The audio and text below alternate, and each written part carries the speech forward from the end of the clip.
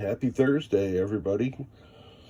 I have been down with a terrible cold, so I haven't been able to repair much, but I did get down and repair this Williams System 3 through 7 driver board.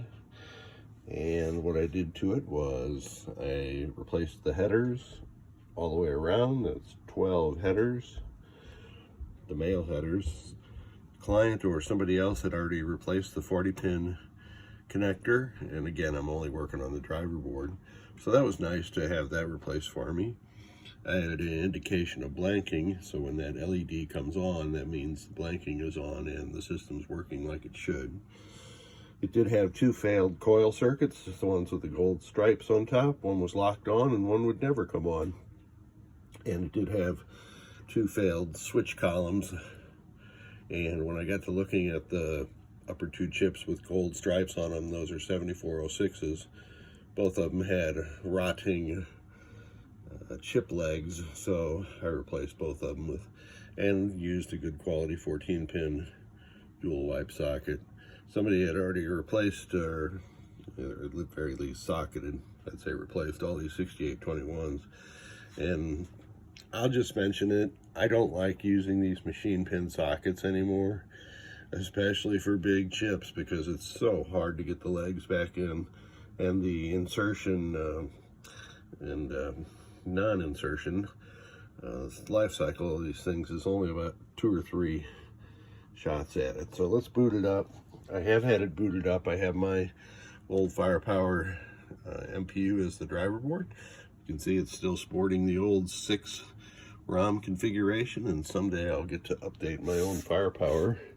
I have Victor's Bench 3 through 9 test device here for the display, and this is really a cool thing. So once again, hats off to Mr. Victor Tan, aka Dumbass, on pin side. So we have the lamp matrix doing what it's supposed to be doing. This is an older device from Siegecraft, yeah, a long time ago. I gotta update my 3 through 7 bench to take more advantage of Victor's devices, and this is my old coil test device, and you have one flasher that's going off here, and then this is the coin lockout coil, and that'll go off once we go around. Blanking indication is smartly on. So let's go into test. The first test is display test.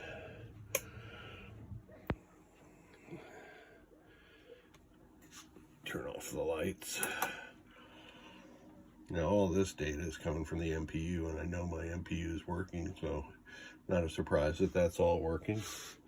The next test is lamp test. Again, it looks a little squirrely on the video, but I assure you those are working perfectly. And the next test is coil test. And while that's going on, I will attach my special solenoid testing doodad. So you saw that coin lockout coil go off. And you saw all the special solenoids operate also.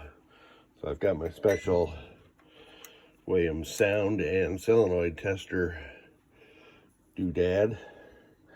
And once this finishes driving the special solenoids from the CPU, I'll go through them from the switches. 3, 4, 5, 6. So that simulates the switch-driven function of the driver board coil special solenoid section. And the next test is switch test. And for that, I get to use my Pinitek switch tester. And I will go through column 1.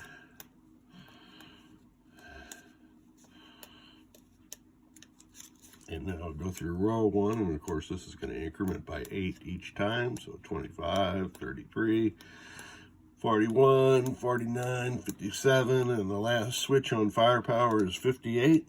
Just for giggles, let's go across the diagonal, which is what I usually do, just because it saves time. And that is it. There's no